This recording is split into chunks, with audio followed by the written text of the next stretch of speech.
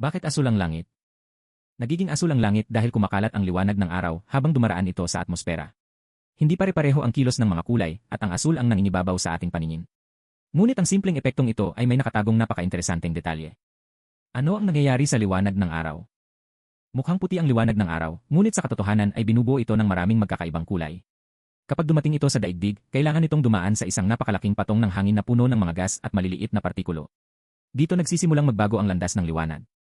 Ang papel ng atmosfera sa kwentong ito. Ang atmosfera ay gumaganap bilang isang malaking di nakikitang salaan. Hindi nito hinaharangan ang liwanag, ngunit palagi itong nakikipag-ugnayan dito. Depende sa kulay, mas malakas o mas mahina ang interaksyong ito. Ipinaliwanag ang Rayleigh scattering ng walang komplikasyon. Ang fenomenong ito ay tinatawag na Rayleigh scattering, kung saan ang napakaliit na mga partikulo ay inililihis ang liwanag. Sa simpleng salita, para itong paghahagis ng maraming magagaan na bola sa hangin at makita kung aling mga kulay ang mas tumatalsik kaysa sa iba. Mas kumakalat ang asul kaysa sa mga kulay na may mas mahabang wavelength. Bakit nanginibabaw ang asul sa ibang mga kulay? Ang asul na liwanag ay may mas maikling alon, kaya madali itong kumalat sa lahat ng direksyon. Samantalang ang pula at kahel ay halos dumiretso lamang. Kaya naman, saan ka man tumingin sa langit, mas marami kang makikitang asul kaysa sa ibang mga kulay. At ang paglubog ng araw, bakit nagbabago ang lahat? Kapag mababa ang araw, mas mahaba ang tinatahak ng liwanag sa atmosfera.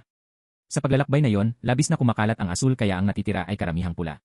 Napansin mo ba kung paano nagiging kahel ang langit sa oras na yon? Ang kaibahan ito ay lalong nagpapalinaw sa fenomeno. Isang kakaibang bagay na kakaunti ang nakakapansin. Kung walang atmosfera ang daigdig, palaging madilim ang langit kahit sa araw.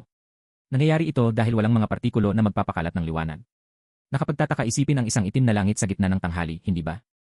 Sa buod, asul ang langit dahil mas kumakalat ang asul na liwanag ng araw kapag nakikipag-ugnayan ito sa atmosfera. Ang pagkalat na ito ay natural at tuloy-tuloy sa buong maghapon. Ngayong alam mo na ito, anong iba pang penomeno sa langit ang palaging pumupukaw sa iyong kuryosidad?